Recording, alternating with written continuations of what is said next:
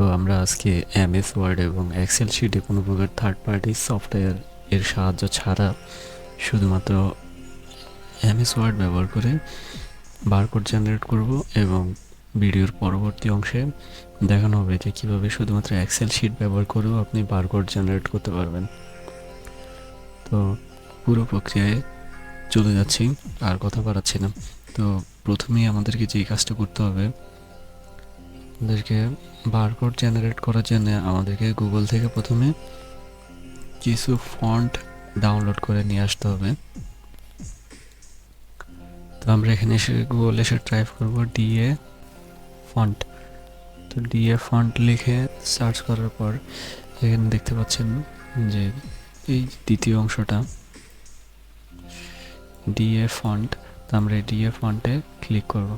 DA ফন্টে click করার পর একটু ডান পাশে আসলে দেখবেন যে এখানে বারকোড নামে একটা অংশ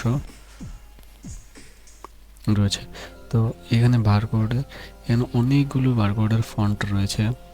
দেখুন প্রথমে যেটা আছে সেটা গতকালকে 385 বার ডাউনলোড হয়েছে, তারপরে যেটা আছে সেটা 360 বার ডাউনলোড হয়েছে। এইভাবে প্রত্যেকটাই এফেক্টিভ এবং খুব কার্যকরী।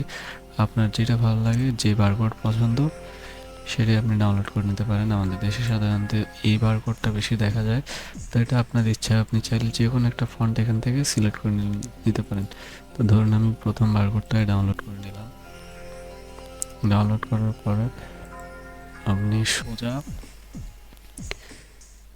ক্লিক করে দিলে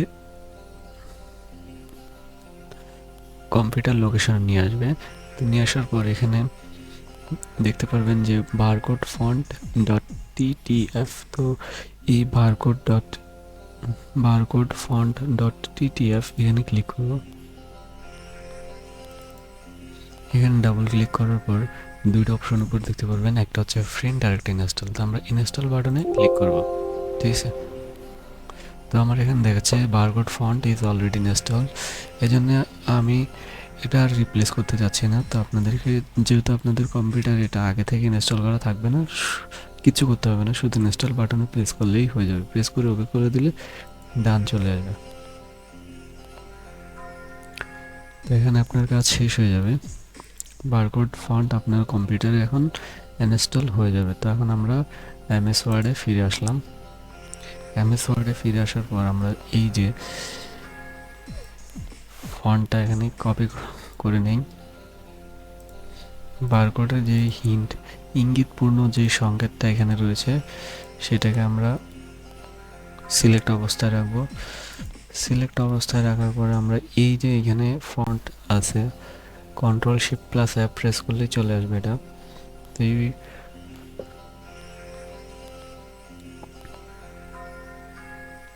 এই ফন্ট এসে আমরা এখানে চার্জ করব BAR barcode font CODEFONT barcode font লিখে এন্টার বাটন হিট করব। দেখুন এখানে সাথে সাথে বারকোডে রূপান্তর হয়েছে। যে এতক্ষণ যে সংকেত বা ইশারা ইঙ্গিতটা ছিল সেটা অলরেডি বারকোডে পরিণত হয়েছে। তো আমি যদি ফন্ট সাইজ একটু বড় করি তাহলে বুঝতে পারবেন।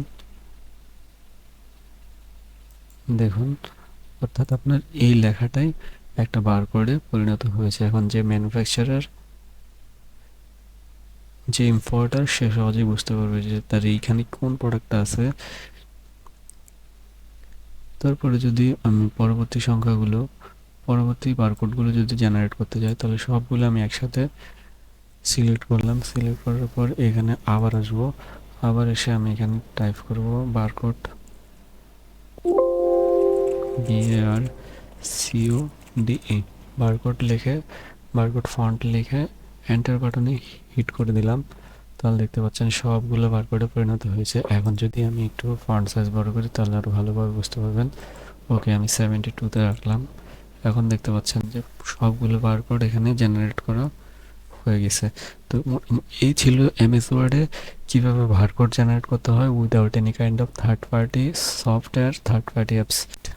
চলুন আমরা এখন এক্সেল শিটে কীভাবে এটা তৈরি করতে হয় সেই প্রক্রিয়াটা দেখে আসি। তো এক্সেল শিটেও প্রক্রিয়াটা মোটামুটি সেম। আমি তো এক্সেল শিটে আমি কিছু ডেমো সাজিয়ে রেখেছি যাতে করে আমাদের ভিডিওর লেন্থ বড় না হয়ে যায়। তো এখানে প্রথমে আমি বারকোড লিখে রেখেছি, তারপর সিরিয়াল নাম্বার 1 থেকে 12 পর্যন্ত লেখা আছে, তারপর প্রোডাক্ট নেমের জায়গায় প্রথম করে flower, wheat, baking powder, mustard oil, charger, battery, sunglass, এভাবে বিভিন্ন আইটেম লিখে রেখেছি আমার ইচ্ছা মতো। আপনারা চাইলে আপনাদের ইচ্ছা মতো লিখে নিতে পারেন।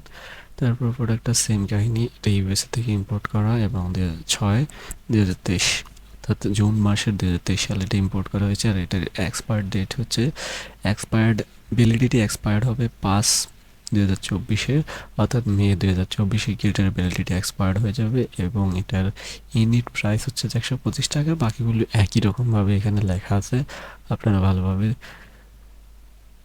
দেখলে বুঝতে পারবেন। তো এখন আমি এখানকার সবগুলো লেখা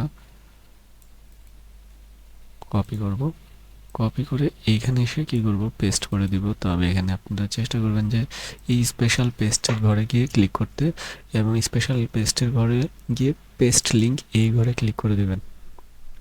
তো নর্মাল কপি পেস্ট করলেও হবে, এটা কোনো সমস্যা না। তারপর আমি বললাম কারণ অনেকে এটা সাজেস্ট করে।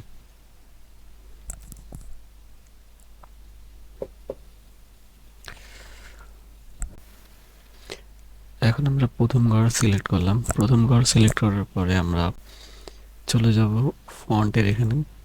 তো ফন্টের এখানে গিয়ে আমি টাইপ করব, সেম ফন্টটাই আমি টাইপ করব যে BAR COD বারকোড ফন্ট লিখে আমি এন্টার বাটন হিট করব। দেখুন সাথে সাথে এখানে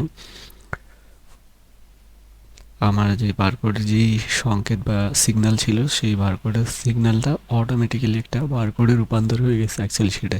এখন আপনি যদি চান এখানে ফন্ট সাইজ বড় করে দেখতে পারেন।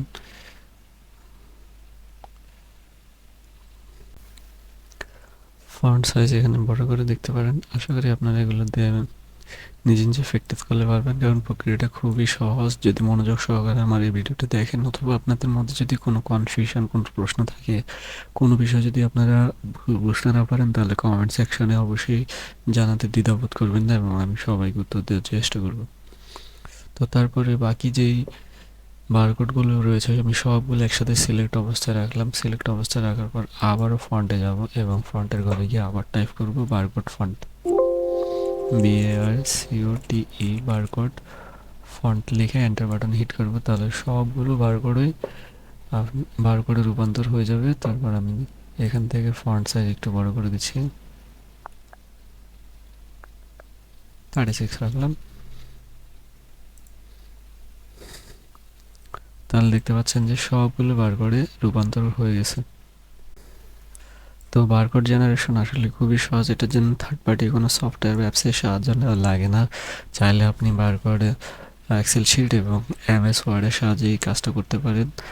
সো আমার ভিডিওটা আমি আজকে এখানেই শেষ করলাম। পরবর্তী ভিডিও দেখার আমন্ত্রণ জানিয়ে আজকের মতো এখানেই শেষ করলাম। সবাই ভালো থাকবেন। আল্লাহ হাফিজ।